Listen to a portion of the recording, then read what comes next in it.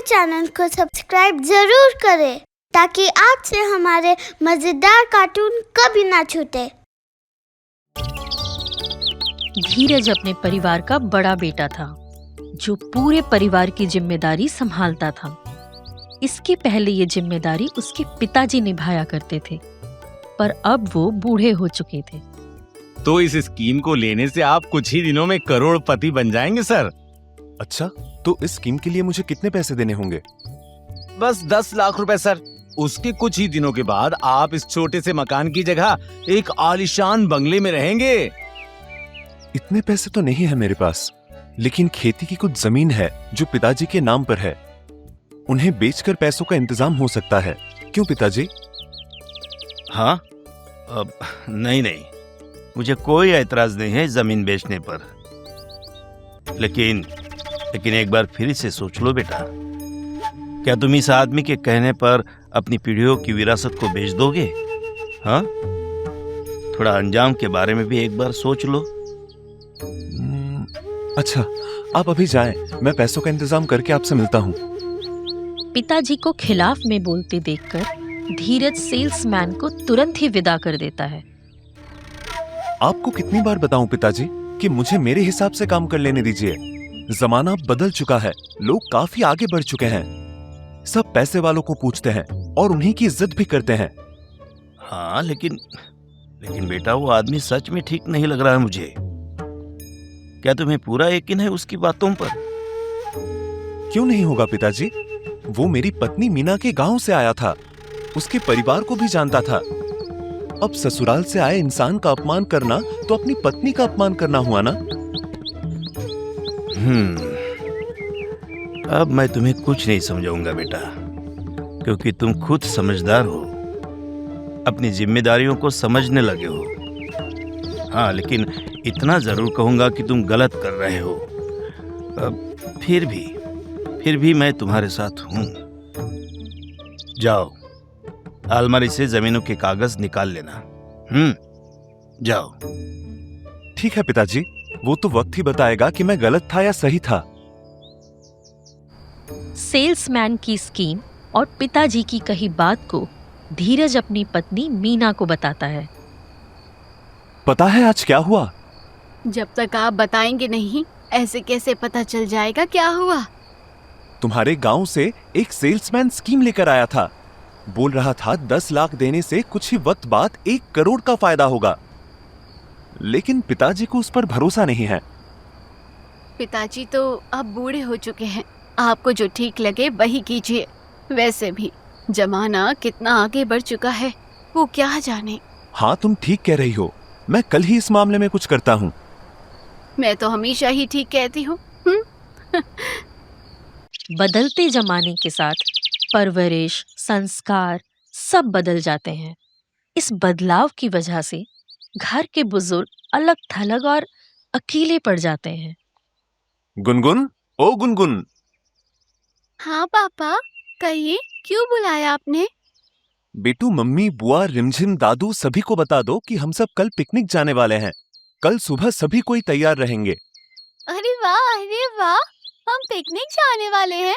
ये मजा आएगा। मैं अभी सबको बताती हूँ। अरे आराम से बेटू, दौड़ने के चक्कर में कहीं चोट ना लगा लेना। मेरी फिक्र मत कीजिए पापा, आज मैं बहुत खुश हूँ। पिकनिक जाने की तैयारी हो चुकी थी। पूरा परिवार साथ जा रहा था। पिताजी भी बहुत खुश थे पूरे परिवार को इकट्ठा देखकर। मुझे लगता है कि धीरज को परिवार संभालना आ गया है। अब उसे सबकी खुशियों का ध्यान रखना आने लगा है। उसकी माँ अपने जिम्मेदार बेटे को देखकर बहुत खुश होती होगी। क्या सोचने लगे पिताजी? जल्दी कीजिए, गाड़ी दरवाजे पर आ चुकी है, सब आपका इंतजार कर रहे हैं। हाँ बेटा, चलो। वो बस तुम्हारी माँ के बारे में सोचने लगा था। आज वो अगर जिंदा होती तो इस पूरे परिवार की खुशियां देखकर कितनी खुश होती। आप ही तो कहते हैं पिताजी, माँ हमें ऊपर वाले के पास से भी देख रही होती है। अच्छा, अब चलिए, देर हो रही है। हाँ हाँ हाँ हाँ, चलो बेटा चलो, मैं अपना चश्मा लेके आता हूँ। हाँ चलो। समय की चाल के साथ बदलाव की चाल भी बड़े बुजुर्गों पे भारी पड़ती है। पिताजी पिकनिक में हो के भी पूरी तरह अकेले पड़ रहे थे। कैसा लग रहा है पिकनिक आकर गुनगुन? हाँ बहुत बढ़िया दादाजी, हम सब बहुत खुश हैं। अच्छा, आओ इधर आओ, इधर आओ तुम लोग, तुम्हें मैं कहानी सुनाता हूँ। हाँ अभी नहीं दादाजी, आज इतने दिनों बाद तो हमें छुट्टी मिली है। मैं और रिमझिम तो खूब खेलेंगे आज। अरे अरे अरे अरे बच्चों, थोड़ा समय मेरे साथ भी बिता लो। हाँ अभी नहीं दादाजी, फिर कभी। पिताजी बच्चों की जिद के आगे हार जाते हैं और उन्हें खेलने देते हैं। अरे बेटा धीरज, सुनो जरा। जी पिताजी, आपको कुछ चाहिए? नहीं नहीं, कुछ नहीं चाहिए बेटा। अरे आज बड़े दिनों बाद पूरा परिवार इकट्ठा हुआ है, तो आओ कुछ देर मेरे साथ भी बैठो। अभी नहीं पिताजी, वो मुझे थोड़ा बहन और मीना का हाथ बटाना है उनके कामों में। आप ये अखबार लीजिए ना, पढ़िए इसे तब तक। हाँ नहीं, ठीक है बेटा, ठीक है, जाओ। पिताजी समझ चुके थे कि उनका और उनके परिवार के बीच जनरेशन गैप हो चुका है। नए जमाने के लोग बुजुर्गों की जनरेशन से बचना और भागना शुरू कर दिए हैं। आओ बच्चों, खाना तैयार हो चुका है। पिताजी आप भी चलिए, खाना लीजिए। अरे वाह, गुनगुन, रिमझिम, अरे आओ बेटा आओ, आज दादाजी के साथ बैठकर खाना खा लो। हाँ आ जाओ। दादाजी, मैं और रिमझिम उस पहाड़ी पर बैठकर खाना खाएंगे। अरे बेटा, पर वहां जाने के लिए तो सीढ़ियां चढ़ना होगा ना, और अब तुम्हारे दादाजी बूढ़े हो चुके हैं, उनके घुटने जवाब दे चुके हैं। अब वो सीढ़ियां नहीं चढ़ पाएंगे। हाँ तो आप यहीं पर बैठकर खा लीजिए खाना, है ना दादाजी? मैं और रिमझिम तो चले उस पहाड़ी पर अपना खाना लेकर। अच्छा बेटा धीरज, आओ तुम ही बैठ जाओ मेरे साथ खाना खाने। आओ इधर। अरे पिताजी आप खाइए ना, मैं आपको खिलाकर बहन और मीना के साथ खाना खा लूंगा। हाँ ठीक है बेटा, ठीक है, जैसा तुम्हें ठीक लगे। हाँ। धीरज की माँ, अगर तुम जिंदा होती तो मैं इस भरे पूरे परिवार के होते हुए भी अकेला नहीं होता। मुझे भी परिवार की इन खुशियों में तुम्हारा साथ नसीब होता। मैं यूं किसी अपने के साथ समय बिताने के लिए तरस नहीं रहा होता। ये जमाना बहुत बदल गया है। जिन बच्चों को हमने पूरी जद्दोजहद के साथ पाल पोस कर बड़ा किया, वो बच्चे अब सच में बड़े हो गए हैं। इतने बड़े कि उनका पिता होकर भी मैं छोटा लगने लगा हूं। जमाने के बदलाव ने मुझे उनसे बिल्कुल अलग थलग कर दिया है। हाँ धीरज की माँ, हाँ धीरज की माँ, काश तुम जिंदा होती, तुम जिंदा होती। एक वक्त आता है जब घर के बुजुर्ग को सभी सीरियस लेना बंद कर देते हैं। वो एक ऐसी व्यथा होती है जिसे बताने के लिए बुजुर्ग के पास कोई भी नहीं रहता।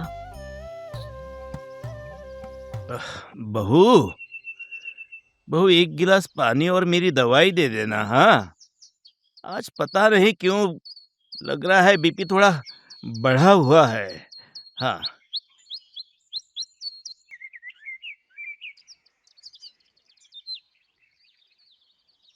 अरे बहू सुन रही हो ना बेटा? सुनाई दे रहा है पिताजी, बहरी नहीं हूँ जो इतना चिल्ला रहे हैं। इस घर में चैन से एक सीरियल भी नहीं देख सकती हूँ। अरे नाराज क्यों हो रही हो बेटा? गुनगुन या रिमझिम से भेजवा देती अगर आने का मन नहीं था तो। हाँ तो गुनगुन या रिमझिम को ही आवाज लगाना था ना। क्यों गला फाड़ के बहू बहू क्यों चिल्ला रहे थे आप? अब लीजिए ये पानी और दवाई। इसी के बगैर तो आपकी जान निकली जा रही थी ना। भगवान जाने इस नरक से कब छुट्टी मिलेगी मुझे। कोई बात नहीं है बेटा, कोई बात नहीं। अगली बार से तुम्हें मेरे लिए इतनी जहमत नहीं उठानी पड़ेगी। हाँ। मीना के बोलने का ये अंदाज देख के पिताजी बिल्कुल खामोश हो जाते हैं। ये लीजिए आपके लिए जायकेदार गाजर का हलवा। अरे वाह, तुम्हें कैसे पता चला मुझे गाजर का हलवा पसंद है? वैसे मुझसे भी ज्यादा ये पिताजी को पसंद है। वो तो देखते ही खुश हो गए होंगे, है ना? इसलिए पता ही नहीं है उन्हें इस बारे में। क्या मतलब है कि उन्हें पता नहीं है? मतलब मैंने तो यह हलवा सिर्फ हमारे और गुनगुन के लिए बनाया है। कभी कभी इतनी खुदगर्जी अच्छी बात नहीं होती मीना। खैर, मेरे हिस्से में से ही थोड़ा सा निकाल कर जाओ, पिताजी के लिए ले जाओ। अरे रहने दो बेटा, रहने दो। इस बूढ़े शरीर में अब ये हलवा पचाने की ताकत नहीं रही है। मैंने ही मना किया था एक दिन इसके लिए बहू को। हाँ। लेकिन पिताजी। अरे लेकिन कुछ नहीं बेटा। कहा ना मैंने ही बहू को मुझे ये सब परोसने से मना किया था एक दिन। हाँ? सुन लिए ना आपको तो मैं ही इस घर की सबसे बड़ी दुश्मन लगती हूँ। लीजिए अब खाइए इसे, मैं जा रही हूँ सोने के लिए। देखते ही देखते पूरे 6 महीने गुजर जाते हैं। वक्त के साथ धीरज का चिड़चिड़ापन और भी ज्यादा बढ़ता ही जा रहा था। कहाँ रह गए थे पापा? कितनी देर लगा दी आपने आने में? मैं कब से आपका इंतजार कर रही हूँ। ऐसी क्या बात हो गई जो मेरा इंतजार हो रहा है? मुझे मेला लेकर चलिए ना पापा, मुझे झूला भी झूलना है। मेला? कैसा मेला? कौन सा मेला? गांव के बाहर बड़ा सा मेला लगा है पापा, खूब बड़े बड़े झूले लगे हैं वहाँ पर। कोई मेला वेला नहीं जाना है, जाकर चुपचाप अपनी पढ़ाई करो, समझी? दादाजी देखिए ना पापा मना कर रहे हैं मेला जाने के लिए। अरे अरे अरे अरे अरे मत रो बेटा गुनगुन। हाँ, मैं समझाता हूँ तुम्हारे पापा को। आप क्या सुनाएंगे मुझे पिताजी? मैंने मना कर दिया, इसका मतलब मैं इसे लेकर नहीं जा रहा कोई मेले में। जिद्दी हो गई है ये पूरी। अच्छा ठीक है मत लेकर जाओ, पर यही बात तो प्यार से भी समझाई जा सकती है ना। मुझे नहीं पता है गुस्सा किधर का है, पर बेवजह इस मासूम बच्ची पर तुम निकाल रहे हो।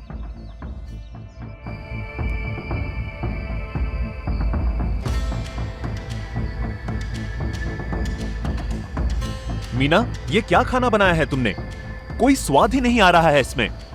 कैसी बातें कर रहे हैं आप? रोज तो यही खाना आप बड़े मजे से खा लेते हैं, आज आपको इसमें स्वाद ही नहीं लग रहा। वाह, मतलब मैं झूठ बोल रहा हूँ? नहीं खाना है मुझे ये खाना, लेकर जाओ इसे यहाँ से। अरे खाने में कैसी नाराजगी है? बहू इसको खाने से तकलीफ नहीं है, इसकी तकलीफ कुछ और ही है। ठीक है पिताजी। धीरज समझ चुका था कि पिताजी उसके मन की उलझन को भांप चुके हैं। वह खामोश होकर पिताजी के पास जाता है। आपने बुलाया है पिताजी मुझे? हाँ बेटा, बुलाया तो है। तो बताओ अब तुम। क्या बताऊं पिताजी? वही जो बात है वो बताओ। किस बात का गुस्सा बहू और बच्ची पर निकाल रहे हो? हाँ? ऐसी कोई बात नहीं है पिताजी, वो बस यूं ही थोड़ा काम का बोझ था इसलिए। बेटा, तुम्हारा बाप हूं मैं, तुम्हारी रग रग से वाकिफ हूं मैं। तुमसे 30 साल ज्यादा अनुभव है मुझे जिंदगी और लोगों को जानने समझने का। चलो बताओ क्या बात है? अरे बताओ बेटा। मुझे माफ कर दीजिए पिताजी। हाँ तो बेटा बताओ क्या हुआ है? हाँ, किस बात की माफी मांग रहे हो मुझसे? यही कि मैंने आपकी बात नहीं मानी। अरे खुलकर कहो बेटा, क्या बात है? वो सेल्समैन धोखेबाज निकला पिताजी। आपने मुझे उस वक्त ही मना किया था, मगर मैंने अपने गुरूर में आपकी बात को टाल दिया। आज वो हमारी जमीन के कागजात लेकर फरार हो चुका है। पिछले 1 महीने से उसे खोजने की कोशिश कर रहा हूँ। अरे जमीन के कागज तुमने उसे क्यों दे दिए थे? वो पिताजी, उसने कहा था कि जमीन वह खुद ही खरीद लेगा और उसकी जगह स्कीम के पैसे भर देगा। अब आप ही कहे, मैं कैसे बताता आपको ये सब? आपने तो उस वक्त ही कहा था मुझे कि वो धोखेबाज लग रहा है आपको, मगर मेरी संतुष्टि के लिए आप वो जमीन मुझे दे रहे हैं। मैं आपका गुनहगार हूँ पिताजी। अरे अरे अरे अरे अरे बेटा, चुप हो जाओ, चुप हो जाओ, बिल्कुल चुप। कैसे चुप हो जाऊं पिताजी? मैंने इतना बड़ा नुकसान किया है आपका, मैं तो माफी के भी लायक नहीं हूँ। अच्छा अच्छा, अब परेशान मत हो बेटा। वो धोखेबाज हमारा 1 इंच भी जमीन नहीं ले पाएगा और जेल जाएगा वो अलग। सच में पिताजी? वो कैसे? क्योंकि मुझे इंसानों को पहचानने का तजुर्बा है। मैं उस वक्त ही उस धोखेबाज को पहचान गया था, इसलिए तुम्हें बिना बताए जमीनों के कागज की नकल दे दिया था असली बताकर। असली कागज तो अब भी मेरे पास ही अलमारी में रखे हुए हैं, समझे? शुक्र है भगवान का। आपको पता नहीं है पिताजी, आपने ये बात बताकर मेरी जिंदगी का कितना बड़ा बोझ हल्का कर दिया है। बेटा, अब कभी परेशान मत होना। कहीं भी किसी परेशान रास्ते पर मैं तुम्हें चलने नहीं दूंगा, क्योंकि मैं उन सभी परेशान रास्तों का सफर तय करते हुए तुम्हें इतना बड़ा और लायक बनाया हूं। जीवन में आगे मैं रहूं या ना रहूं, पर किसी भी बामुश्किल कदम को उठाने से पहले अपने किसी बड़े की सलाह जरूर ले लेना बेटा। वो तुम्हें हर गलत रास्ते पर चलने से रोक लेंगे, क्योंकि वो उन रास्तों पर पहले ही चल चुके होते हैं। आज मुझे समझ आ चुका है पिताजी कि मैं जितना भी बड़ा हो जाऊं, असल में तब तक बड़ा नहीं कहलाऊंगा जब तक जिंदगी के मुश्किल रास्तों का अनुभव ना ले सकूं। इस धोखेबाज की वजह से मुझे एक बड़ी सबक मिली है कि इंसान को कभी भी पैसे कमाने के लिए किसी शॉर्टकट को नहीं अपनाना चाहिए। शॉर्टकट से पैसे कमाने का कोई रास्ता नहीं होता, वह सिर्फ धोखेबाजी होती है, जबकि मेहनत से कमाई हुई पाई पाई हमें सुकून देती है।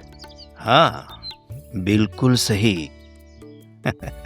चलो, अच्छा है बेटा, आज तुमने जिंदगी का बहुत बड़ा सबक सीख लिया है। अब मैं इस बात से बेफिक्र हूं कि तुम जीवन के हर मुश्किल रास्तों को पार कर जाओगे। अच्छा, जाओ, अब जाओ, बहू बच्चों को मेला घुमा कर ले आओ। जाओ। हम सब चलते हैं पिताजी, मजा आएगा। वह धोखेबाज सेल्समैन उन जमीन के नकली कागजों को बेचने के साथ ही पकड़ा गया और जेल चला गया। पिताजी की समझाई हुई बातों से धीरज को दोबारा कभी किसी भी मुश्किल का सामना नहीं करना पड़ा। कोई भी मुश्किल रास्ते उसकी जिंदगी में आए तो वो पिताजी के बताए अनुभवों से उन्हें आसानी से पार करता गया।